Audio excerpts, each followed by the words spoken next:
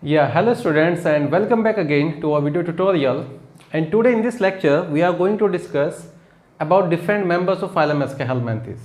So this would be your second lecture of phylum Aschelminthes.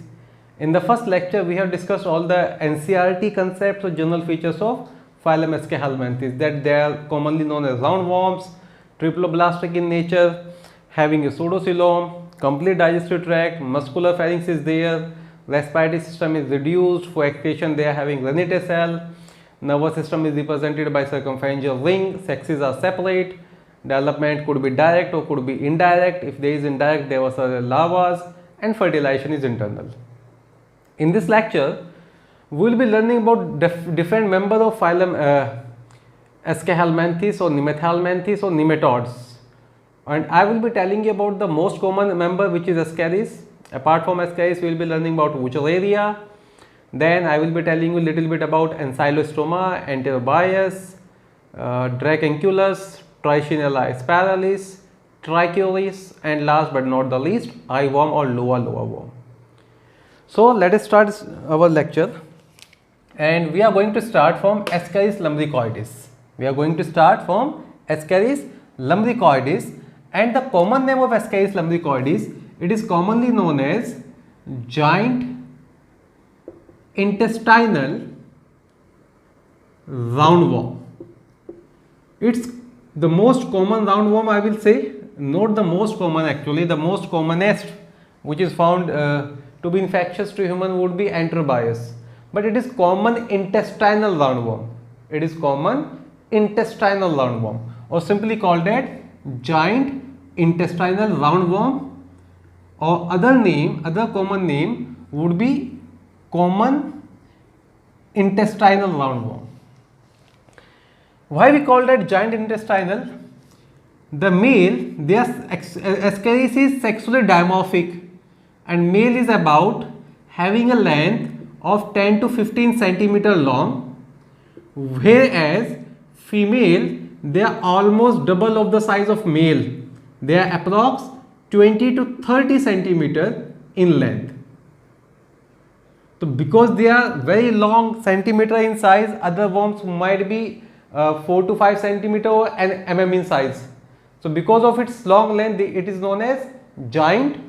It commonly inhabit in our intestine, that's why we call that intestinal, and in the cross section it appears round, we call that roundworm. So starting from the general features, it's a monogenetic intestinal parasite, monogenetic endoparasite, and the only host for Ascaris is human being. It is having only a single host, and that host is human being. The first thing which you will remember. Second thing, इसका जो larva होता है, that is what we call, it is free living and resemble like that of Rhabditis. We call that rhabditoid, और जो नाम last time बताया था rhabditiform larva. तो जब बेसिक से शुरू करेंगे, इसका लार्वा का नाम याद रखना है और मोनोजेनेटिक एंडोपैरासाइट है ये याद रखना है. तो let me start from the structure of Ascaris here. अगर स्ट्रक्चर डिटेल में पढ़ना शुरू करें तो structurally it is cylindrical. The structure is cylindrical. जो मेल होता है that is having a curve tail, और जो फीमेल्स होती हैं they are having a pointed और tapering end. They are having tapering end like this. If I make a male hair, let's say the structure of male goes like this. This is the male diagram, the male organism of Ascaris. And what is characteristic feature of male? It is having a curved tail like this. If I make a female hair, female, for obvious reason, it would be very lengthy, and it would be having tapering ends like this. It would not be showing any curve tail, it would be having tapering ends, something like this. So that is male Ascaris hair and female Ascaris hair. Okay, Let us start from here. On the ventral side, at the anterior end, there is a opening which is present in both and we call that mouth. जो Ascaris का mouth होता है उसके अंदर lips होते हैं और lips का structure I will be making here. तो इनिशियली आप माउथ याद रखें. फिर on the anterior side somewhere here, दोनों के ही अंदर दे वुड बी एक्सक्रीटरी पोर.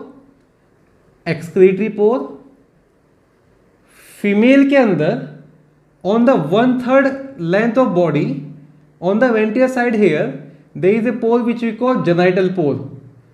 और as I told you, male में जेनाइटल पोर अलग नहीं होता है. मेल के अंदर जेनाइटल पोर और एनस दोनों ही कंबाइंड होते हैं, उसको बोलते हैं क्लोका. जबकि फीमेल के अंदर एनस वुड बी अगेन, जितनी भी ओपनिंग है सब वेंट्रल साइड पर है. देयर इज एनस हियर, तो एनस अलग है फीमेल में और जेनाइटल पोर अलग है. ये तो एक्सटर्नल फीचर होते चले गए. Then first will be starting from the mouth region. अब इसके बॉडी में क्या क्या पढ़ना है. If I am not wrong, पिछले लेक्चर में with the reference of Ascaris आपको बॉडी वॉल पढ़ा दिया गया था.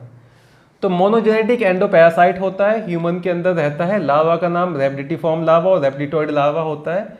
इसका जो बॉडी वॉल होता है, एक क्विक रिवीजन की अगर बात करें, बॉडी वॉल पे सबसे बाहर होता है क्यूटिकल. क्यूटिकल रेजिस्टेंट होता है डाइजेस्टिव एंजाइम से. इसका दूसरा नाम कॉर्टेक्स होता है. ये नॉन लिविंग मटेरियल का बना है और इसमें प्रोटीन होता है कैरेटिन.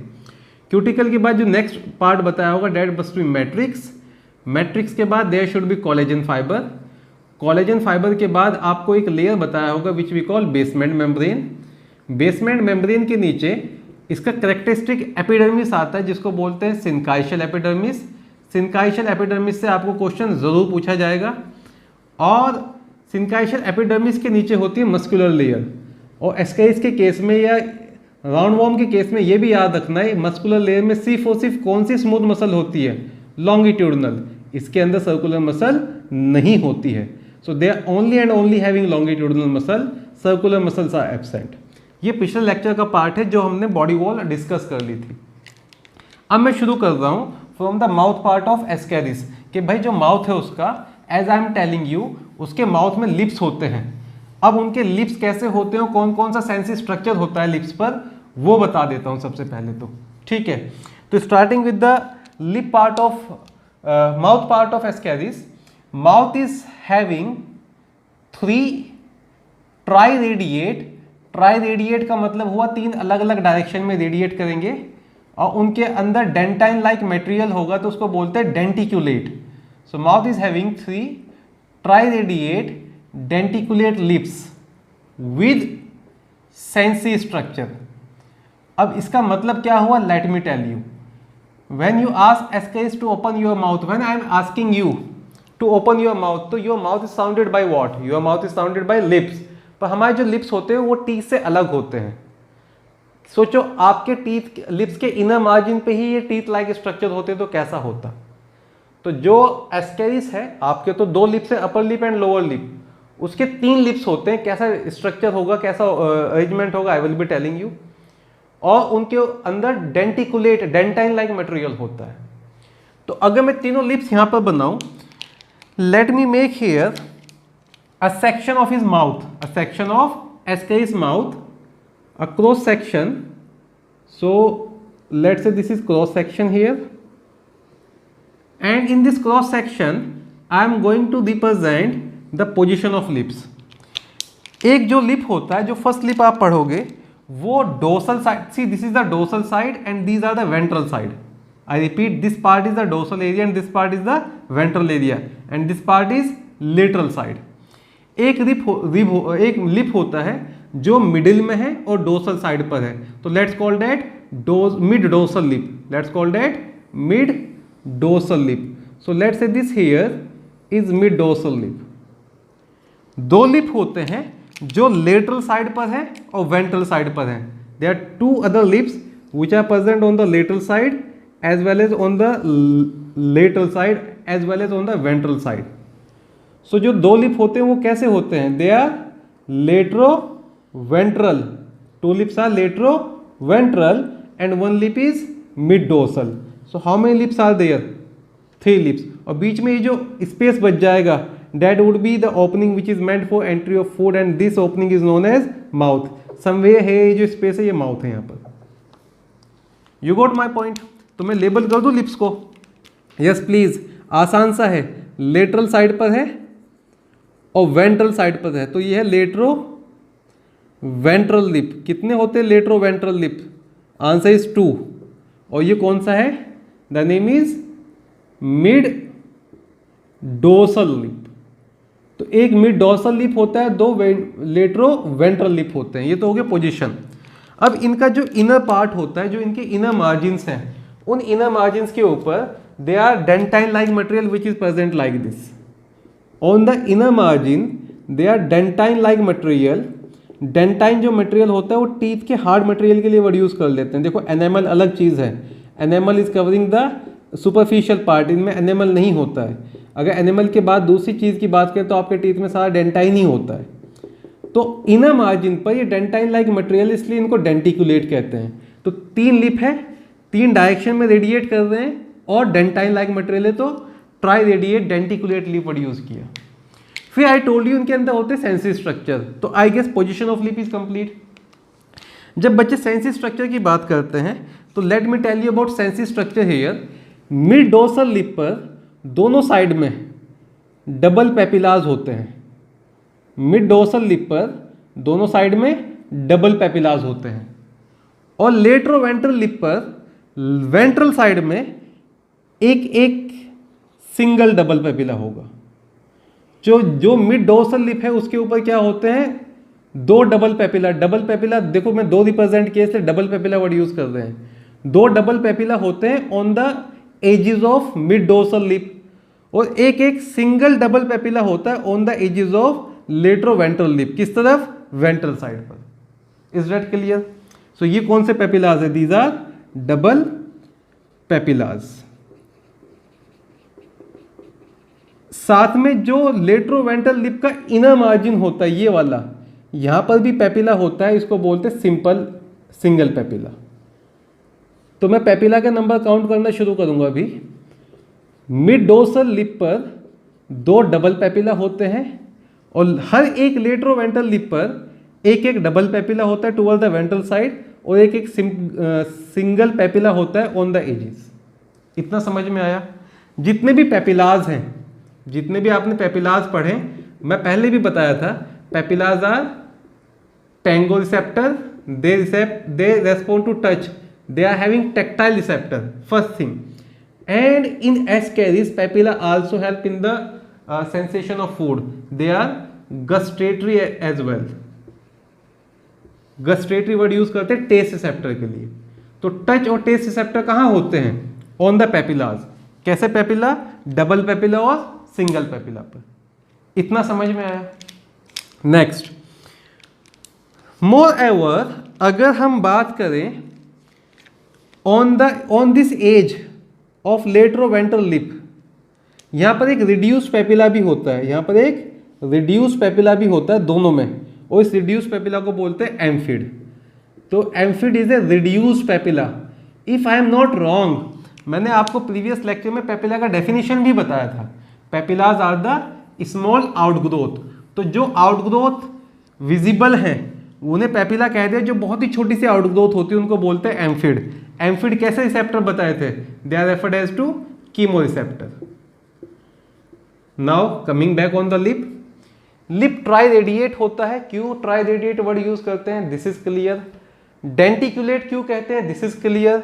विथ सेंसी स्ट्रक्चर क्यों लिखा है कि double papillae are there and single papillae are there as well as reduced papilla which we call amphids are there. Papillae generally are tactile in nature and amphids are chemoreceptor. यहीं पर on the edge here there is one more special structure present. On the edge here there is one more structure, special structure present. उसको बोलते हैं बेटा फेजमिड. और फेजमिड भी बताया था that is glandulosensory in nature. All right, जो लिप होते हैं उनके ऊपर डबल पेपिला होते हैं, सिंगल पेपिला होते हैं, रिड्यूस पेपिला होते हैं जिसको एम्फिड कहते हैं, और बाहर एजेस पर लेट्रोवेंट्रल लिप के फेजमिड भी होता है जो ग्लैंडुलो सेंसरी इन नेचर होता है, जो ग्लैंडुलो सेंसरी इन नेचर होता है। ये हो गया उनके खूबसूरत से माउथ के बारे में। We will not use the term face, no nose, no eyes, nothing, right, but let us call that mouth. And when they smile, what you see this thing. Is that clear? अब आगे बढ़ते हैं। फिर Ascaris में दोनों ही male और female में एक्सक्रीटरी पोर होता है, जहां पे आगे क्या ओपन हो रहा होगा, giant S shaped renette cell, giant S shaped renette cell, जिसके अंदर इंट्राट्यूबुलर सिस्टम होता है। दो आपके पास लॉन्गिट्यूडिनल ट्यूब होगी, एक ट्रांसवर्स ट्यूब होगी, वो आपस में इंटरकनेक्टेड होती हैं। मेल में जाइटल पोर नहीं होता है, फीमेल में जाइटल पोर है। आप इसको डिस्टिंग्विश कर सकते हैं आराम से। फिर इस वाले पार्ट पे आ जाते हैं, ठीक है। एक और चीज मैं आपको बता दूं, यहां पर जो पेपिलाज हैं वो सिर्फ और सिर्फ रेस्ट्रिक्ट नहीं होते हैं on the mouth region only. Specially male के अंदर, अगर मैं इस पार्ट को यहां पर बनाऊं आपका, let's say I am taking this part here from male, और मैं इसको कुछ ऐसे करके बना रहा हूं, इसको अनकॉइल कर लिया जो भी कॉइल्ड पार्ट था, और यहां पे क्या है, this is cloaca, cloaca is here. ये प्री क्लोकल एरिया है, ये पोस्ट क्लोकल एरिया है। This is pre cloacal area, this is post cloacal area.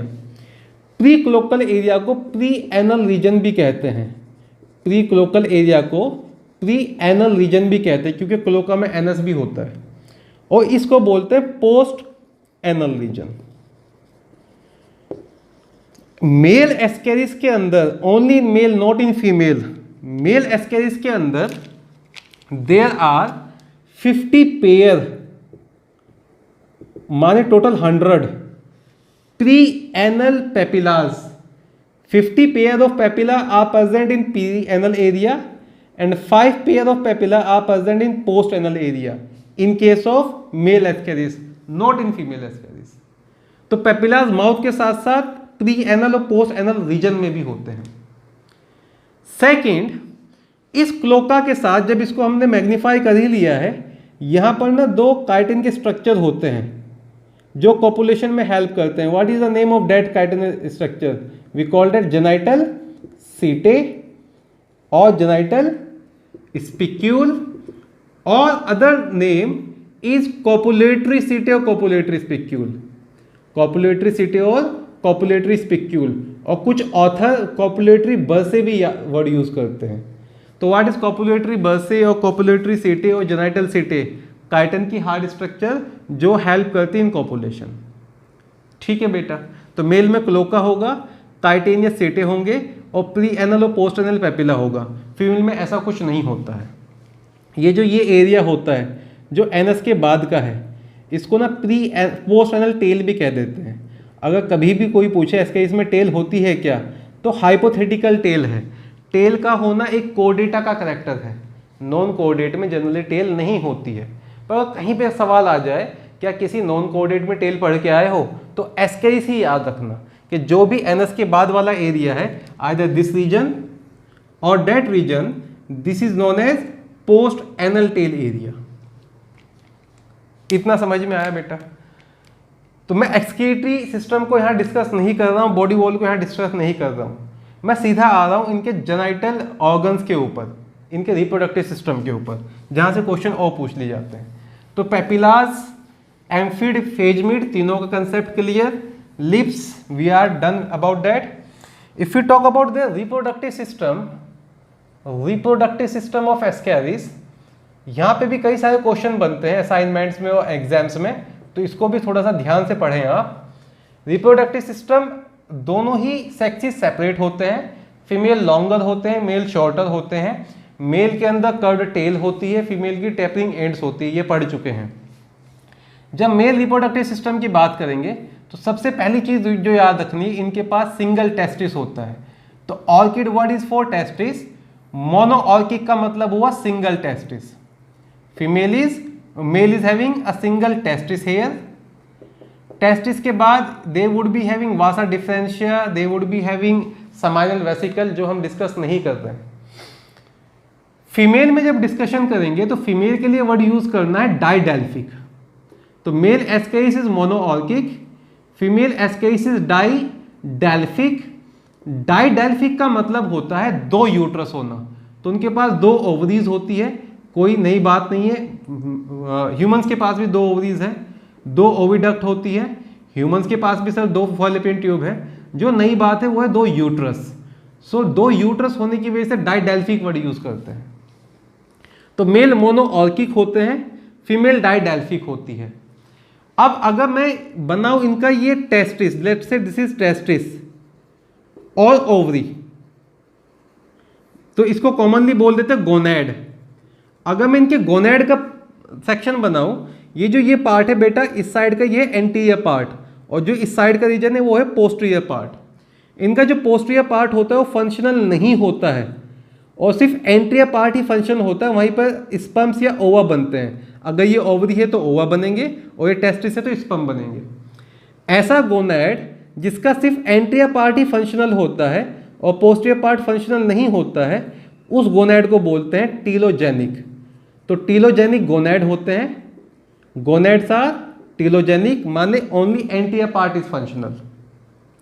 तो मोनोऑर्किक, डाइडेल्फिक, टीलोजेनिक, ये तीन चीजें याद रही।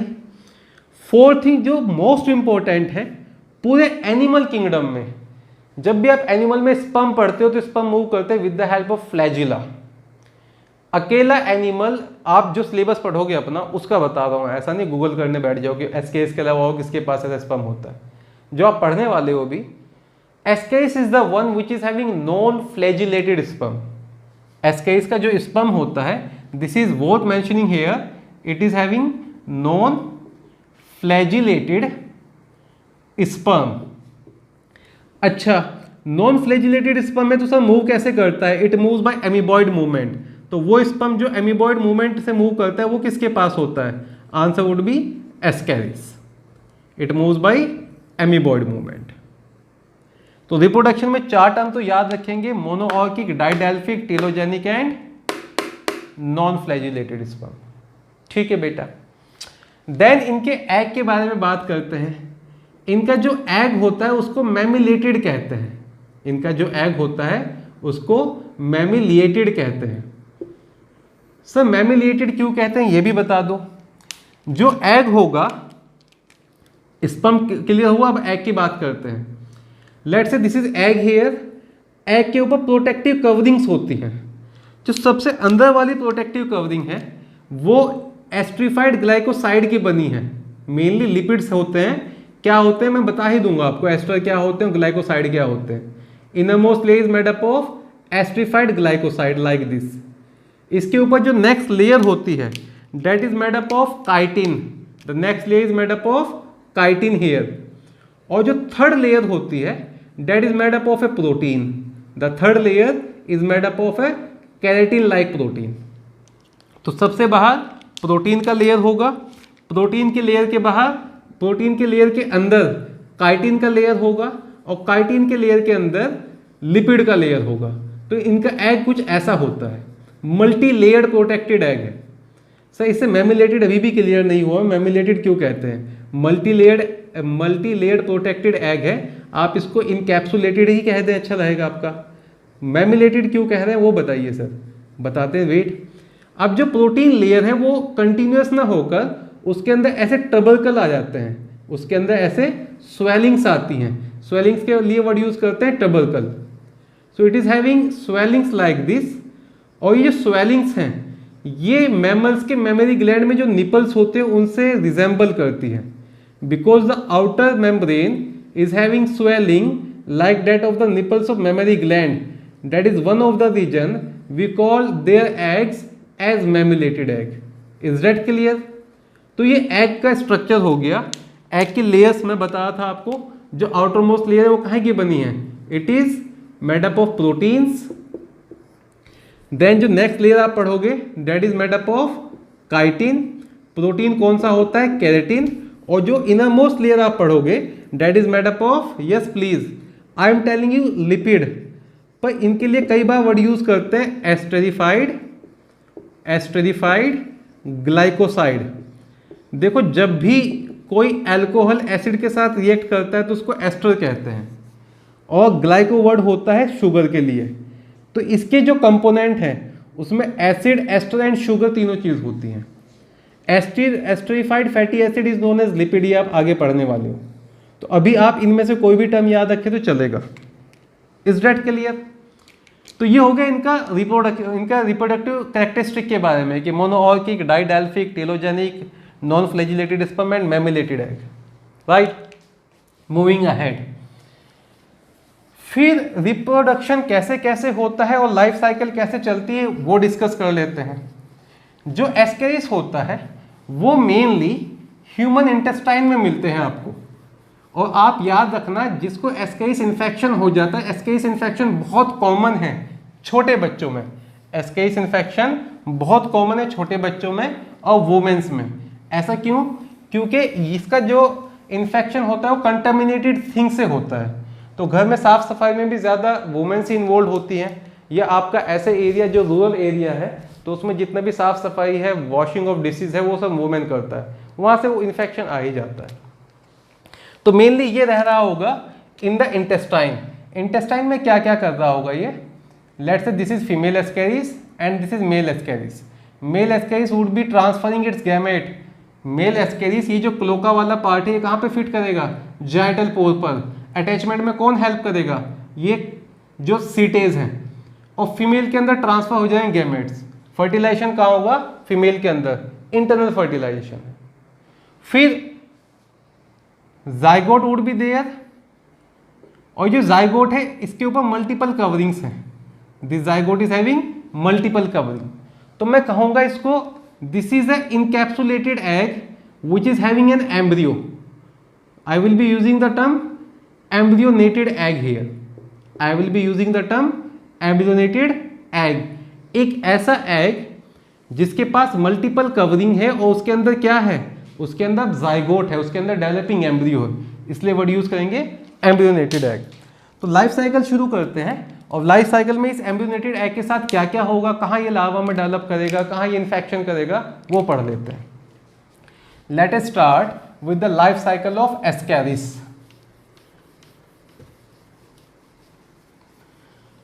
Okay, life cycle of Ascaris.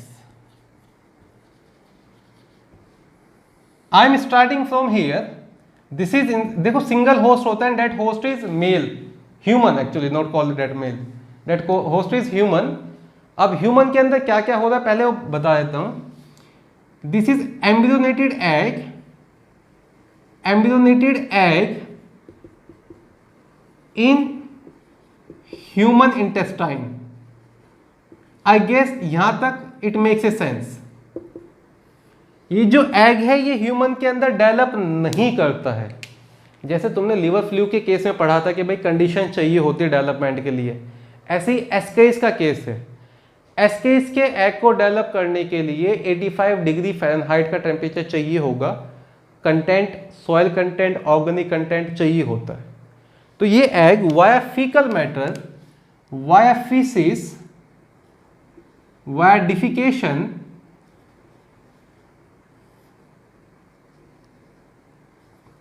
it comes outside where? In soil. और I am mentioning temperature here. Do you know एक दिन में फीमेल एस्केरिस कितने एग ले कर सकती हैं? Answer to that question is 2 lakh. तो per day 2 lakh egg lay कर सकती हैं। और ये जो एग है इनके अंदर, ये जो एग डिस्चार्ज हुआ है इसमें बहुत सारे प्रोटेक्टिव कवरिंग्स हैं। तो जो वायबिलिटी ऑफ एग की बात करते हैं कि एस्केरिस का एग सॉइल में कितने साल तक जिंदा रह सकता है, answer would B 6 to 10 years. So long life होती है इस एग की। And do you know what is the life span of adult Ascaris? Adult Ascaris life span is about a month. Adult Ascaris life span is about a month. तो ये याद रखना कि adult 1 महीना ही सर्वाइव करते हैं, पर जो उनके एम्ब्रियोज वगैरह होते हैं वो सालों तक सर्वाइव करते हैं।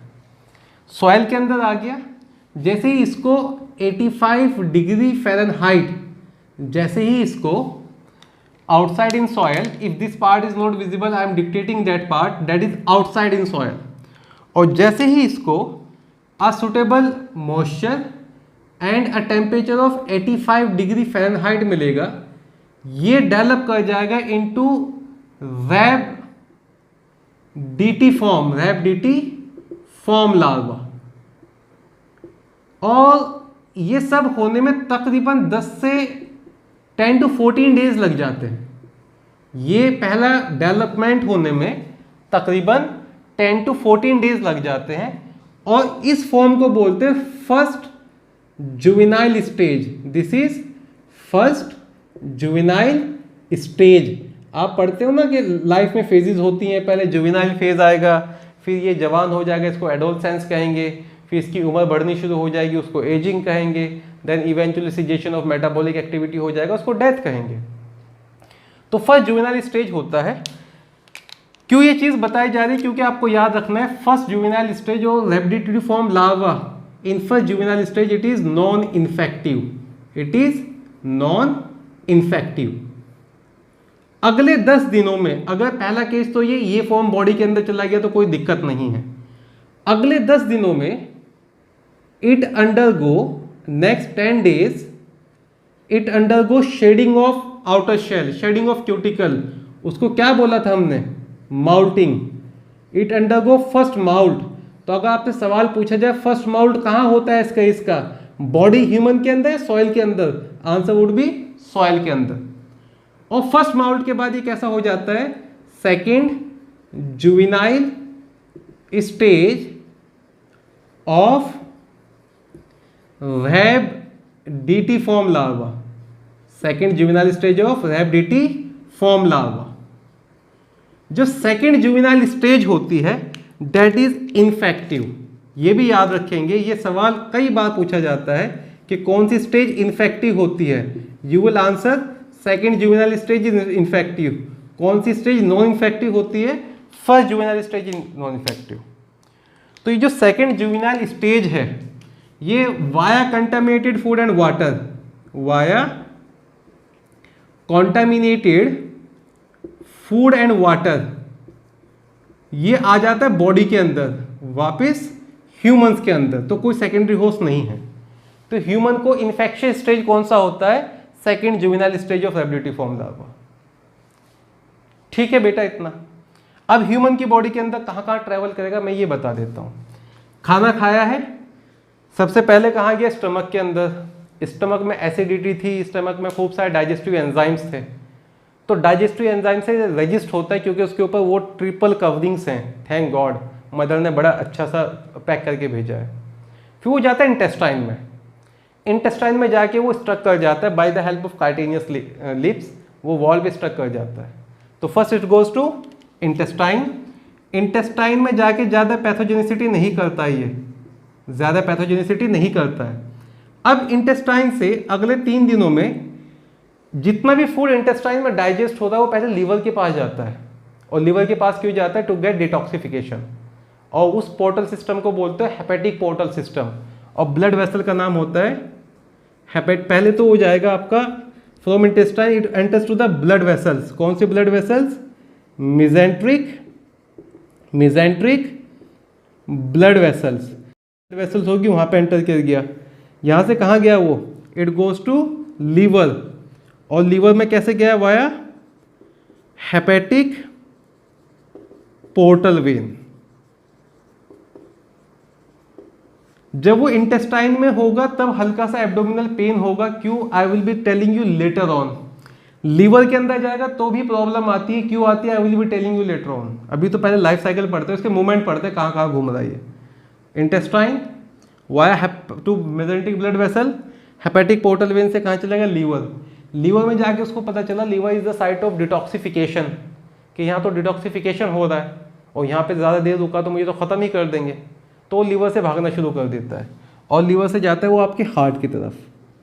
कौन सी ब्लड वेसल लीवर से हार्ट को ब्लड लेके जाती है? Answer would be hepatic vein. Hepatic vein कहाँ ओपन होती है? Hepatic vein open into inferior vena cava, और इंफीरियर वेना कैवा से कहाँ जाएगा ब्लड? राइट एट्रियम या left atrium? It goes to first right atrium. Right atrium कहाँ pump करेगा?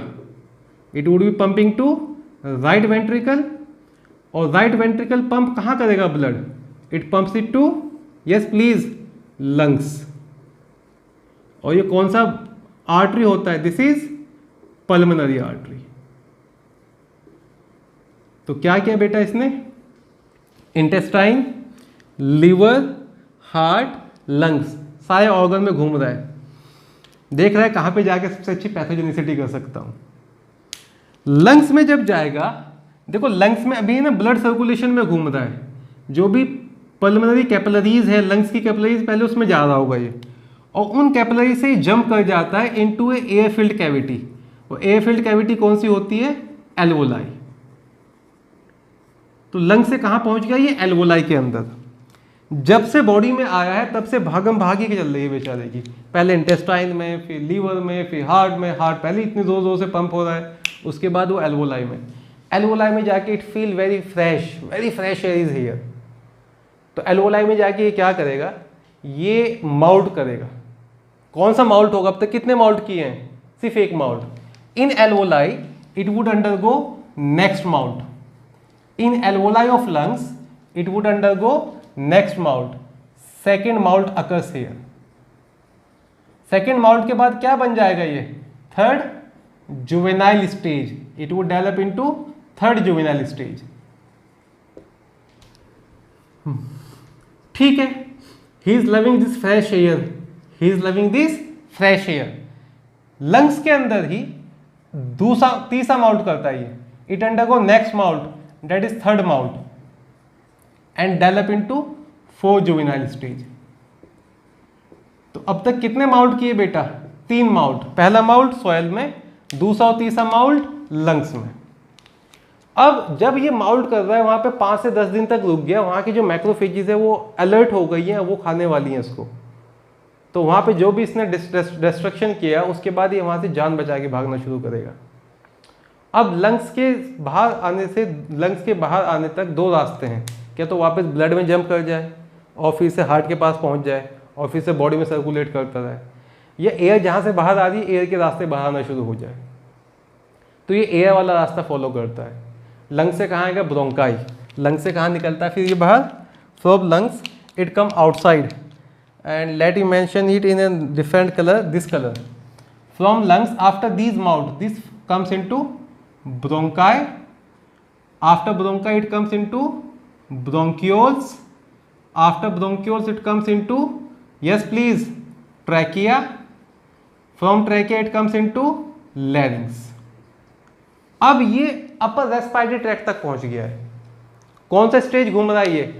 Fourth juvenile stage. कितने माउल्ट कर चुका है अब तक? Third mould. अब यहां पर 2 कंडीशन होती हैं बेटा।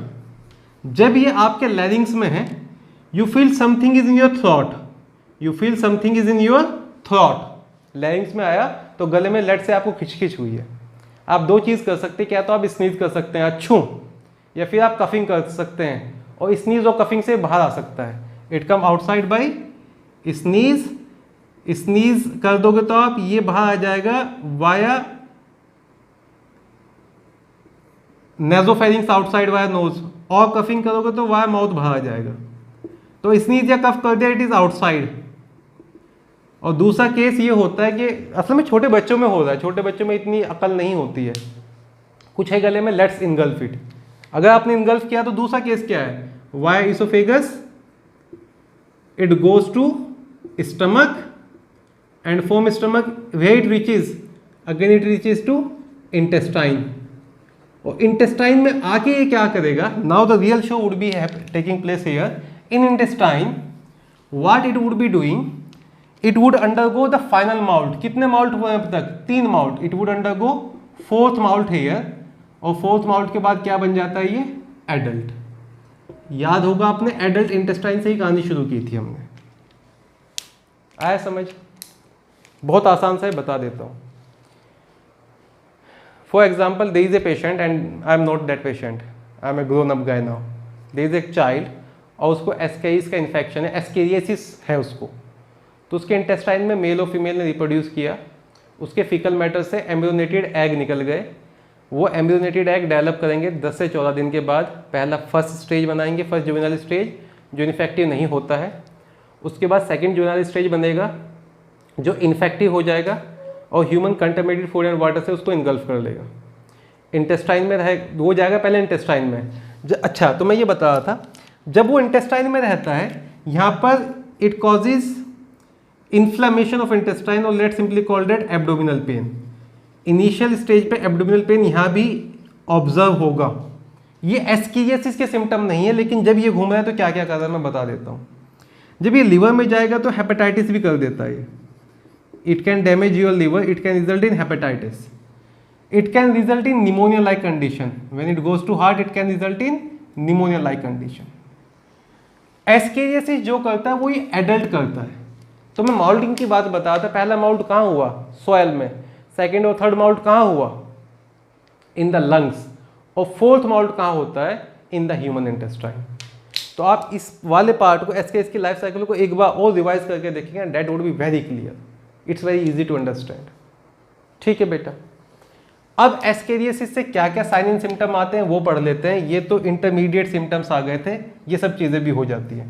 तो एस्केरियासिस के बारे में जो इसका कंक्लूजन है, जो क्वेश्चंस पूछे जाएंगे, उसका एक मैं डाटा आपको दे देता हूँ अभी कि भाई कौन सा इन्फेक्शियस स्टेज होता है और कहाँ कहाँ पे कौन से माउल्ट होते हैं। ये दो बहुत इंपॉर्टेंट क्वेश्चंस हैं। तो इन्फेक्शियस स्टेज की बात करेंगे। Yes please you tell me, infectious stage to human is second juvenile stage, right? Of which larva? Of rhabditiform larva. Moulting का sequence की बात करें, how many moults occur? 4. First in soil, second and third in alveoli of lungs, and fourth eventually occurs in intestine. और जब ये adult हो जाता है तो एक जनरेशन बनाएगा अपनी और आपके इंटेस्टाइन को फीड अप करता रहेगा। तो एस्केरियासिस में क्या क्या सिम्टम आते हैं वो बता देता हूँ। जो बीमारी होती है उसको बोलते हैं एस्केरियासिस। और एस्केरियासिस में क्या क्या सिम्टम्स आपको आएंगे, let me tell you that. सबसे पहले आपको ना इंटरनल ब्लीडिंग होनी शुरू हो जाएगी, because it is robbing nutrient of host and it is feeding on the intestinal cell. It result in internal bleeding. The first one, you will be having abdominal pain. Answer is yes. Internal bleeding would be followed by abdominal pain. You are getting my point? After that, even with abdominal pain, patient also suffer from some muscular pain. Even with abdominal pain, patient also suffer from muscular pain. और जो सबसे characteristic feature होता है और सबसे dangerous है वो होता है blockage of intestine, intestinal blockage. Intestinal blockage, देखो किसी बच्चे को इंटेस्टाइन अगर ब्लॉकेज हो जाए तो उसका सर्जरी करना पड़ता है, और सर्जरी के बाद ना बड़े बड़े वॉर्म्स निकलते हैं। 4000 5000 वॉर्म्स आर देयर। देखने में वो नूडल्स के जैसे होंगे, बॉल में भरे रखे हैं सारे। तो वो एस्केरियासिस का ही सर्जरी होता है पूरा। तो the disease is resulting in क्या? फीवर आएगा? Answer is yes. Fever, loss of appetite, ये तो कॉमन से सिम्टम है। Fever, loss of appetite. Appetite का मतलब होता है डिजायर ऑफ ईटिंग। तो fever, loss of appetite, internal bleeding, abdominal pain, muscular pain along with the intestinal blockage, these all would be the symptom of ascariasis. तो बच्चे जो infection of Ascaris है, जो लाइफ साइकिल ऑफ एस्केरिस है, structure of Ascaris है, I guess that part is clear to you. Is that clear? Say yes or no. I guess you will be saying yes. If there is any doubt, you can ask me. Let me start the other one. ये तो पढ़ना था आपको detail में। उसके बाद कुछ और राउंड वॉर्म्स होते हैं जो पैथोजेनिक है to human being. Other round worms which are pathogenic to human being, वो भी बात कर लेते हैं। अच्छा, एस्केरिस के infection generally anti helminthic drug से शुरू होते हैं, और एंटी हेलमेंथिक ड्रग में डीवॉर्मी सबसे क्लासिकल एग्जांपल है। Alcopar is there, Bentex is there, oil. अच्छा, इसको ना मैं ऐसे याद रखता हूँ ABCD करके, मैं पूरा ही बता देता हूँ तुम्हें। A for Alcopar, the name of drug which is antihelminthic. B for Bentex, C4 is oil of Chenopodium, oil of Chenopodium. And last but not the least D से होता है डी वर्मिस. तो ABCD babies, what babies learn, they use to learn ABCD. तो ये common anti helminthic drug है, नहीं पूछा जाएगा आपसे. कभी अगर आ जाए क्वेश्चन में statement for the treatment of ascariasis you have been using those things, वो याद रख लेना. इंटेस्टाइनल ब्लॉकेज जो याद रखना है. अब पढ़ते हैं बेटा और पैथोजेंस के बारे में, और राउंड वर्म जो कॉमनली इन्फेक्ट करते हैं. अब उनको इतना डिटेल में नहीं पढ़ेंगे. सेकंड जो पढ़ रहे हैं दैट इज योर वुचरेरिया और the filarial worm. Other name of Wuchereria is filarial worm. जो वुचरेरिया होता है वो डाइजेनेटिक होता है.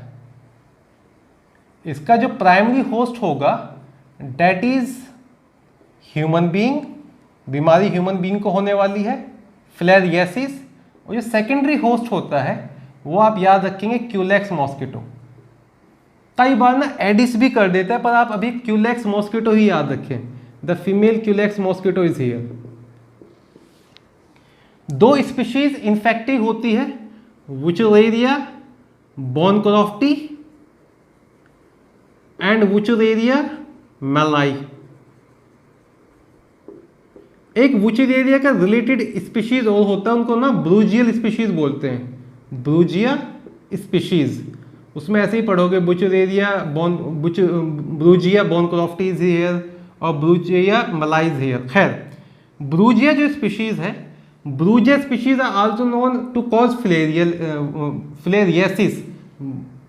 Brugia species is also known to cause filariasis. ये नाम बहुत कॉमन नहीं है, बुक्स में नहीं मेंशन होता, पर अगर कहीं वर्ड वुचरेरिया ना वर्ड यूज करके ब्रूजिया स्पीशीज के बारे में पढ़ लो तो दोनों सेम ही चीज है. इसमें क्यूलेक्स सेकेंडरी मॉस्किटो है. इसका जो मॉस्किटो इंसेक्ट होता है वो होता है मैनसोनिया.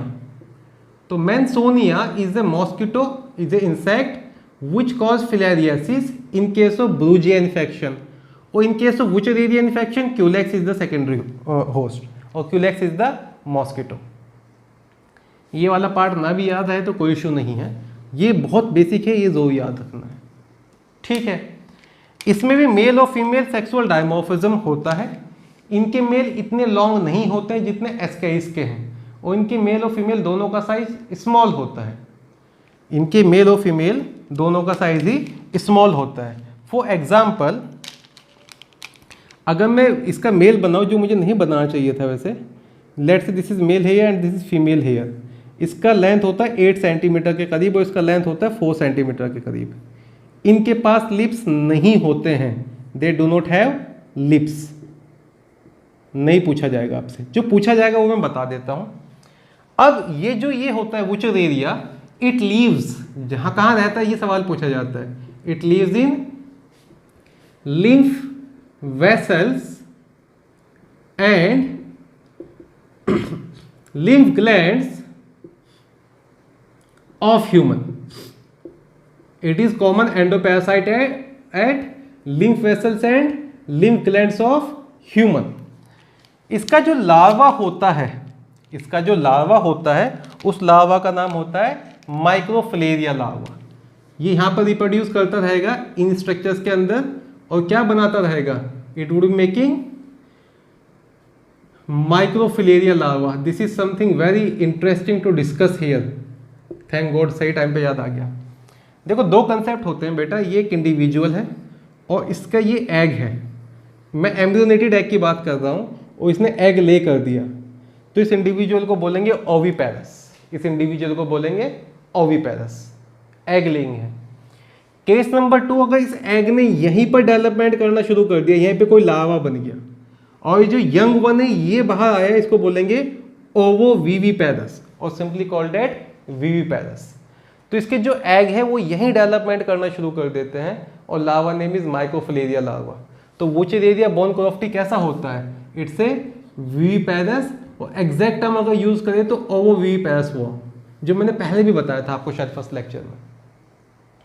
अब ये जो लार्वाज हैं इन ग्लैंड से, इन ऑर्गन से ये आपके पेरिफेरल ब्लड वेसल में आते रहते हैं। The microfilarial larva it keep on coming in the, देखो माइक्रो स्टैंड फॉर छोटा, filarial stand for this name, तो माइक्रोफिलिया क्यों बोल रहा है, दिस इज छोटा वाला वुचरेरिया।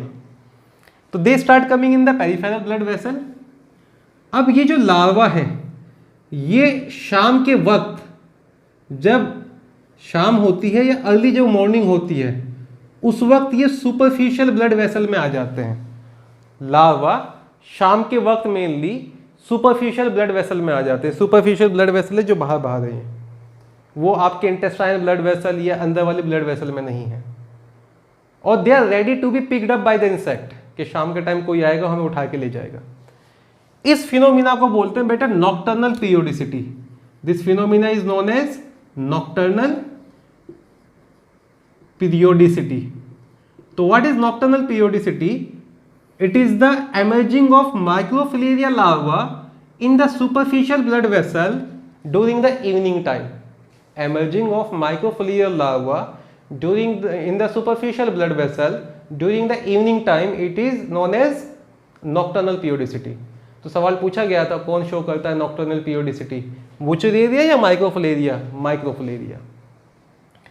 अब शाम के टाइम ये क्यूलेक्स मॉस्किटो आई, इसने इसको उठा लिया, क्यूलेक्स के अंदर जाके ये माउल्ट करना शुरू करता है और इसका जो थर्ड जुवेनाइल होता है, 2 माउल्ट के बाद जो थर्ड जुवेनाइल बनता है, it is infectious to human. तो इस क्यूलेक्स ने यहाँ से उठाकर एक नए ह्यूमन में ट्रांसमिट कर दिया। तो मैं इस सारी चीज़ में क्या बताना चाह रहा था आपको, 2 चीज़ के नॉक्टर्नल पीरियोडिसिटी शो करता है लार्वा, और ह्यूमन के लिए जो इन्फेक्शियस स्टेज है वो कौन सा है? Third juvenile stage. ह्यूमन के लिए जो इन्फेक्शियस स्टेज है that is third juvenile stage. Culex के लिए जो इन्फेक्शियस स्टेज होता है that is first juvenile stage, और फर्स्ट जुवेनाइल ह्यूमन बॉडी में ही बन जाता है, ये फीकल मैटर से बाहर नहीं आ रहा है। ठीक है बेटा, अब इस डिजीज के क्या क्या साइन एंड सिम्टम होते हैं वो बता देता हूँ। Generally lymph vessel, lymph gland में ये सर्वाइव कर रहा है तो उन एरियाज को ब्लॉक कर देता है, तो जो भी नियर बाय टिश्यू है वो ना एनलार्ज होने शुरू हो जाते हैं, फ्लूइड एक्युमुलेशन होना शुरू हो जाएगा, लिम्फ वेसल स्वेल कर जाएंगी, ओडिमा हो जाएगा, लिम्फोडिमा। जनरल लिम्फ वेसल स्वेल करती हैं आपकी जेनाइटल रीजन की, लेग एरिया की, even the memory gland lymph vessel can also swell.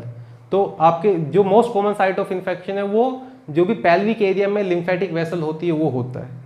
तो पेशेंट के मोटे मोटे पैर हो जाते हैं, genital organs are also affected, even the scrotum is also affected.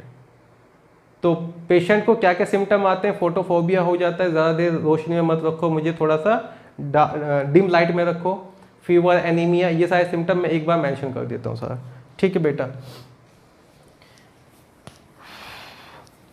तो sign and symptom of filariasis, sign and symptom of filariasis, it would be starting from fever and chills along with headache, photophobia,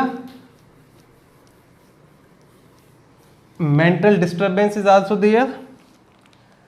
Sign and symptom of filariasis: fever, chills, photophobia,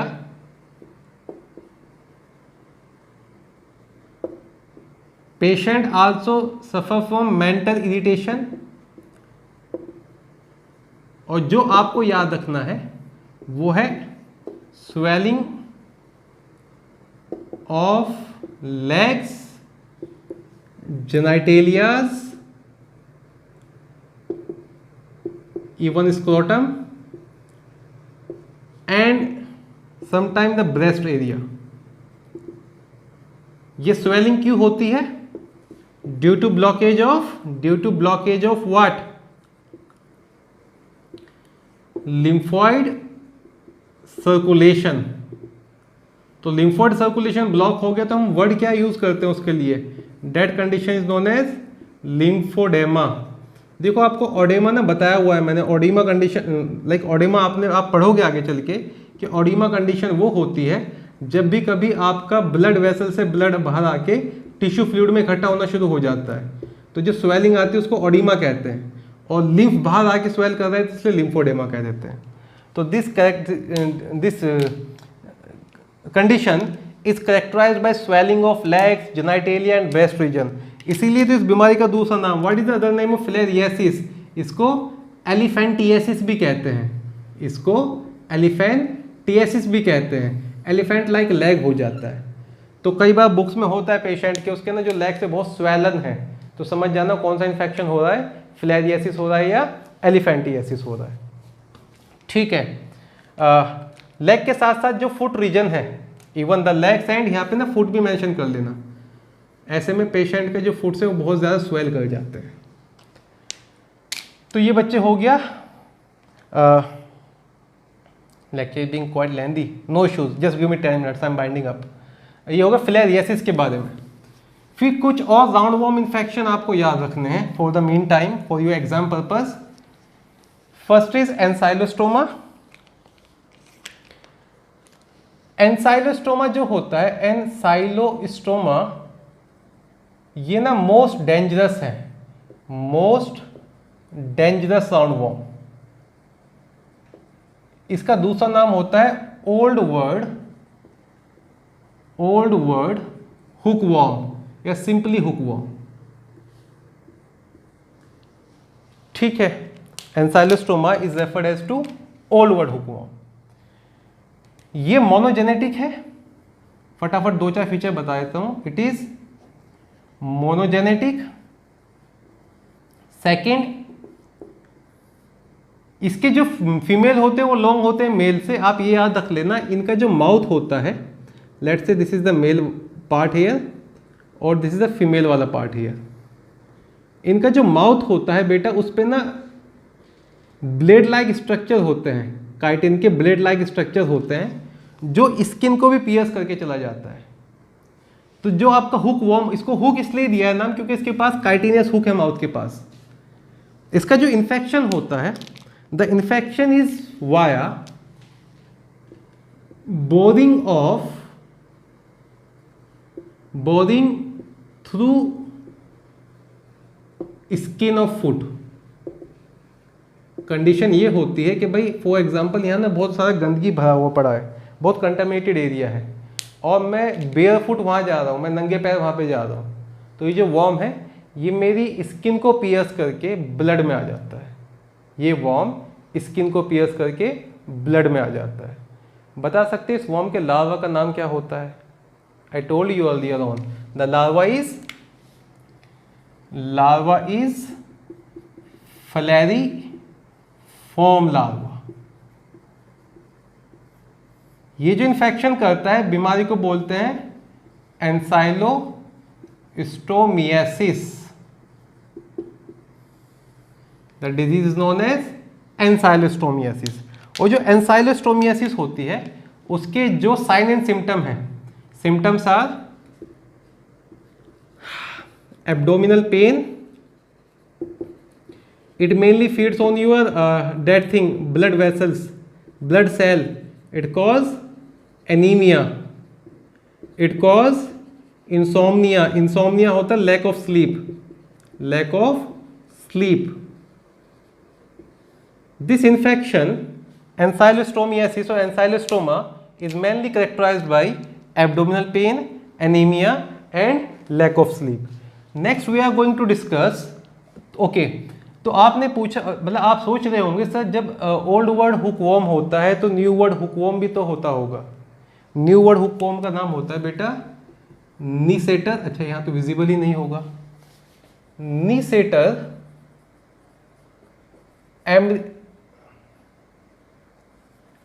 अमेरिकैनस, Necator americanus is known as new world hookworm, and ankylostoma is known as old world hookworm. Is that clear up to here? Does it make a sense?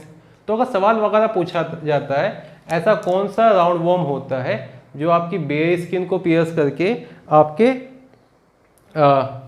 Body के अंदर enter कर जाए और result in these conditions, abdominal pain, anaemia, insomnia, तो आप क्या answer करेंगे? Answer would B Ancylostoma, right. Next, उसके बाद जो ये तो हो गया मोस्ट डेंजरस, फिर जो सबसे कॉमन होता है उसके बारे में भी बता देता हूँ। The most common is enterobius vermicularis. The most common is enterobius vermicularis. Enterobius vermicularis इसका जो कॉमन नेम होता है that is known as pinworm, दूसरा नाम होता है थ्रेडवॉर्म, और तीसरा नाम इसका होता है बेटा सीटवॉर्म। इसके इन्फेक्शन से जो बीमारी होती है उसको एंटेरोबायोसिस या फिर ऑक्सीयूरिस कहते हैं। इट कॉजेज एंटेरोबायोसिस या ऑक्सीयूरिस। ये सबसे ज्यादा कॉमन है, most common type of round worm which infect human. Answer should be enterobius. वहां पर देखो मोस्ट कॉमन इंटेस्टाइनल वॉर्म पढ़ा था आपने, ascaris. Most common round worm is enterobius, most dangerous round worm is ancylostoma, hook worm. ठीक है, ये monogenetic होता है। अच्छा, आप ये याद रख लेना, जो बच्चों के पेट में कीड़े होते हैं वो ये वाले इन्फेक्शन होते हैं। जो बच्चों के पेट में कीड़े हो जाते हैं वो कौन सा इन्फेक्शन होता है? वो ऑक्सीयूरिस या एंटेरोबायोसिस होता है। इसका लार्वा भी सेम वही लार्वा बताया था जो एस्केरिस का लार्वा होता है, रैबिडिटीफॉर्म लार्वा।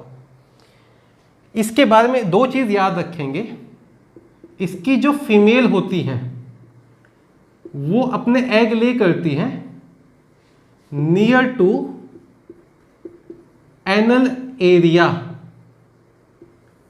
ये कहां कहां मिलता है? It reside in our caecum, it reside in our colon, it even reside in appendix.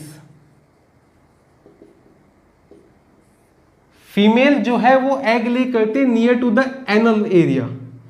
इस एग लेइंग की वजह से एनल इचिंग होना शुरू हो जाता है, और जो ज्यादा एग ले होते हैं वो ड्यूरिंग द नाइट टाइम करता है। जब कोई भी पेशेंट रेस्ट कर रहा है उस टाइम ज्यादा एग ले करता है। तो पहले तो ये कि पैथोजेनिसिटी कॉज कौन करता है, बीमारी कौन कॉज करता है, मेल या female? Answer would be female, not male. Female egg lay कर रही है एनल एरिया में, वहां से एनल इचिंग आना शुरू हो जाता है। तो ऑक्सीयूरिस का कैरेक्टरिस्टिक सिम्टम होगा एनल इचिंग। साथ ही साथ ऑक्सीयूरिस में लॉस ऑफ एपेटाइट हो जाता है, जो भी डिजायर ऑफ ईटिंग है वो खत्म हो जाती है, एब्डोमिनल पेन हो जाता है, और ये जो वॉर्म होते हैं इनका जो साइज होता है वो 3 to 5 mm होता है, और जब फीसिस के साथ ये पास करते हैं तो वो लगता है कि मूव भी कर रहे हैं, they show some locomotion as well. तो ये हो गया बेटा एंटेरोबायस या वर्मिकुलरिस। इसके बारे में प्लीज ये याद रख लेना, this disease is characterized by anal itching, loss of appetite and abdominal pain. ठीक है, और ये याद रखना कि इस कंडीशन में अगर ये ट्रीट ना की जाए it can lead to physical and mental disturbance. If this condition is not treated it can lead to physical and mental disturbance as well. ठीक है, ये हो गए 3 कॉमन वॉर्म्स। फिर एक दो और, they are more as well. वो कौन कौन से हैं? अब आपके पास बचा है बेटा एक सारे मोनोजेनेटिक वाले बता देता हूँ पहले, अब तो नाम और बीमारी का नाम ही बता देता हूँ। We are getting the lecture is getting really lengthy I guess. Next आप याद रखेंगे जो एग्जाम्पल पहले बताए हुए मैंने आपको बताया था मैं ट्राइशिनेला स्पाइरेलिस के बारे में। ये विविपेरस होता है, तो 2 राउंड वो विविपेरस हो गए आपके पास, एक वुचरेरिया और एक ट्राइशिनेला स्पाइरेलिस। दूसरा इससे जो बीमारी होती है वो ट्राइशिनियासिस होती है, और उसके अंदर भी आपको एब्डोमिनल डिस्कम्फर्ट होता है, it also causes abdominal discomfort. तो यहाँ से ज़्यादा क्वेश्चन वगैरह नहीं पूछे जाते हैं, इससे अगर क्वेश्चन पूछेगा तो आपसे ना वीपैटी के बारे में पूछ लेगा। It is also known as, it is also monogenetic in nature. Trichinella spiralis is also monogenetic in nature. फिर आपके पास आता है बेटा ट्राइक्यूरिस, ये भी मोनोजेनेटिक होता है। इसके केस में muscle pain is very common, it mainly affect our muscles. तो this disease trichuris is a roundworm disease which result in great muscular pain, monogenetic, right? Contamination in food and water से ही आएगा ये भी। फिर एक आपको बताया था मैंने लोआ वॉर्म, लोआ वॉर्म इसका कॉमन नेम होता है eye worm. Loa worm is also known as eye worm. और ये ना बड़ा कॉमन सा है, अगर for example this is your eyeball here, और अगर यहाँ पर आपको कोई वॉर्म लाइक स्ट्रक्चर दिख रहा है तो वो क्या होता है, लोआ वॉर्म होता है। जनरली एक फ्लाई होती है जिसको बोलते हैं tabanus fly. Tabanus fly, by the bite of tabanus fly this worm is generally infected to human. तो आपकी आंख पर एक कीड़ा काट के चला गया, उसके बाद स्वेलिंग हो गई, और स्वेलिंग भी कैसी होती है, उसको बोलते हैं कैलाबर स्वेलिंग। और कैलाबर स्वेलिंग में एक कॉलीफ्लावर लाइक स्वेलिंग होती है, आइज के पास कुछ कॉलीफ्लावर लाइक पैचेस बन जाएंगे। तो अगर आंख में वॉर्म है तो that is your eye worm और लोअर वॉर्म, ठीक है।